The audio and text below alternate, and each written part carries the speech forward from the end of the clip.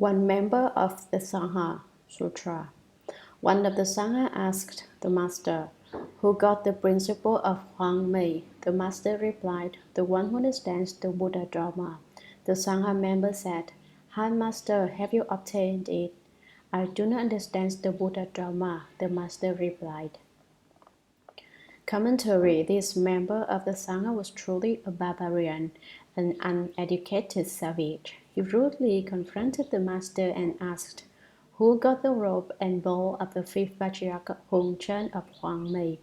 He knew very well that the sixth patriarch had it, but he asked anyway. From this, we know that among those who came to the master for instruction, there were rude country peasants as well as good disciples. He knew that his question was insulting to the master, and what he meant by it was, "You can't even read. How can you be worthy of the rope and bow?" The master said, "One who thoroughly comprehends the Buddha Dharma obtains that principle, and the fifth patriarch's rope and bow." "But, High Master," the bhikshu said, "have you got it or not?" He didn't believe that the master had received the transmission. The sixth patriarch didn't say yes, and he didn't say no. He simply said, "I don't understand the Buddha Dharma." What do you think? Was he telling the truth? Bhikshu Phang Pian. Sutra. One day the master wanted to wash the robe which he had inherited, but there was no clear stream nearby.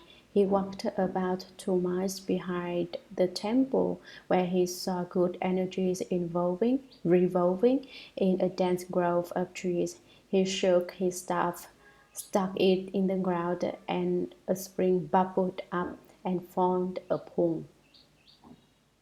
Commentary. The master walked about 2 miles behind the temple, where he found a luxuriant grove filled with tall trees and good vibrations.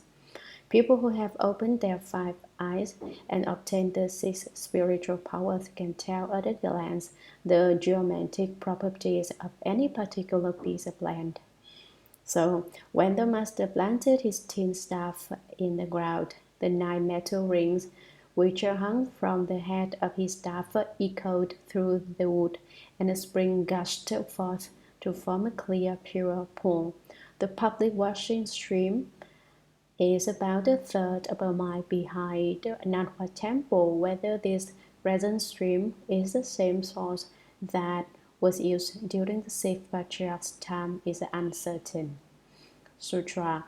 As he knelt to wash his robe on a rock, suddenly a monk came up and bowed before him, saying, "I am Phang Pian, a native of Sishu. A while ago I was in India, where I visited the great master Bodhidharma.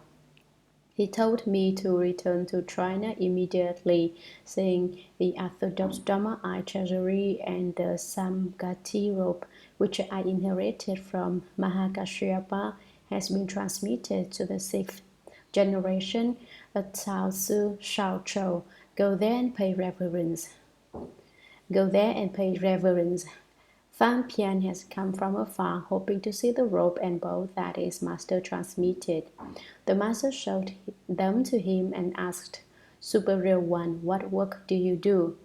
"I am good at sculpting," he replied. Keeping a straight face, the master said, "Then sculpt something for me to see." Phang Pian was bewildered, but after several days he completed a lifelike image of the patriarch, 7 inches high and wonderful in every detail. The master laughed and said, "You only understand the nature of sculpture. You do not understand the nature of the Buddha." Then the master stretched out his hand and rubbed the crown of Phang Pian's head, saying, "You will forever be a field of blessing for gods and humans." The master rewarded him with a rope, which Phang Pian divided into 3 parts. One he used to wrap the sculpture, one he kept for himself, and the third he wrapped in palm leaves and buried in the ground, vowing, "In the future, when this robe is found again, I will appear in the world to be a god here and restore these buildings." Note, during the Song dynasty in the 8th year of the Xia Yu reign period, 1063 AD, while Bishop Wei Xian was repairing the hole, he excavated the earth and found the rope which was like new. The image is at Hsuan Temple, and those who pray before it obtain a quick response. Commentary. Think about it. Bodhidharma had long since died in China, but Bishop Fang Pian met him in India. That is not surprising, however, because to this day no one knows exactly what happened to Bodhidharma. I will now tell you a true story. While I was living in Manchuria, I decided, for various reasons, to live the whole life and cultivate the way. The man I most respected was Wang Xiaotu, filial son Wang. When he was 28 years old, his mother died, and he practiced filial piety by sitting beside her grave.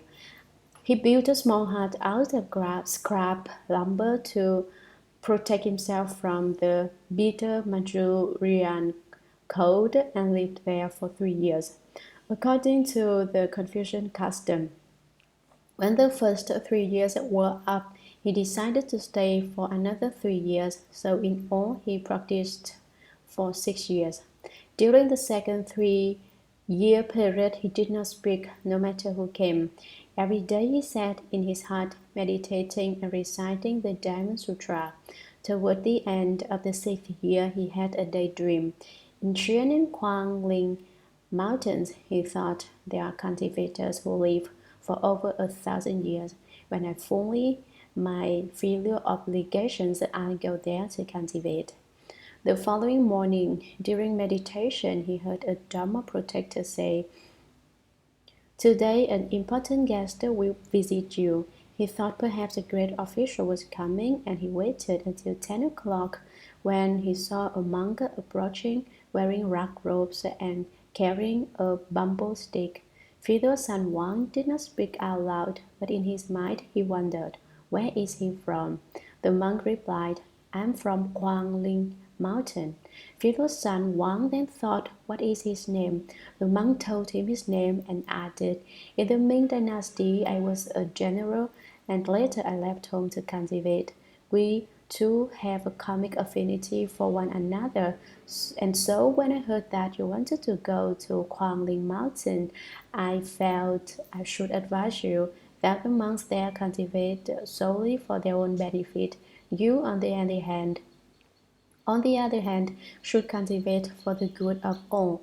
After you have finished your act of filial piety, build a temple right here and spread the Buddha Dharma."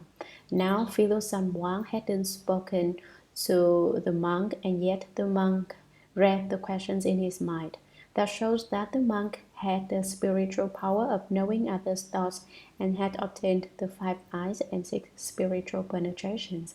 He said he was from the Ming Dynasty. Filial son Wang lived during the first years of the Republic, some 300 years later. So you see that Bodhidharma could easily have been seen in southern India several hundred years after his disappearance from China. That he met Fang Pian there and told him about the rope and bow is a very ordinary matter, nothing strange at all. Bishop Fang Pian knew how to make Buddha images. He carved them in wood and molded them in clay. The master very solemnly said to him, "Please sculpt an image for me to see." Caught off guard, Fang Pian just stood there in silence, but a few days later he had finished making a true image of the Patriarch. It looked just like the master. The nose, ears, eyes, all the features were exactly right. It was a perfect likeness right down to the finest detail. When the master saw the little statue of himself, he couldn't help but smile. "Fang Pian," he said, "you may know how to model clay, but you don't know how the Buddha nature. You don't know the Buddha nature. In any case, you should leave a home in every life, become a bhikshu, and act as a field of blessing for humans and gods." Master Wu Lun's Verse. Sutra. One bhikshu was reciting Dhyana Master Wulan's verse. Wulan has the talent to stop the 100 thoughts. Facing situations, his mind won't move. Body grows day by day. When the master heard it, he said, "This verse shows no understanding of mind growth, and to cultivate according to it will increase one's bondage." Then he spoke this verse: Hui Neng has no talent to stop the 100 thoughts. Facing situations, his mind often moves. How can Buddha grow? Commentary. The name of the reciter of Wulan's verse is not given. Perhaps he had no name, or perhaps he didn't want to be famous. Dhyana Master Wulan could cut off his thoughts, but Wulan himself, the cutter off of thoughts, still remained. Thus he had fallen into the second or third position. He was not in the first position. Upon hearing Wulan's verse, the great master replied, "I haven't a single talent, nor even the thought of cutting off thought. My mind responds in natural way. Who cares whether body grows or not?" Here he expresses the same principle as in the verse he wrote while still a layman at Huang Mei. Originally, there is not one thing. Where can the dust alight? The Absolute is pure. What need is there to dust it off?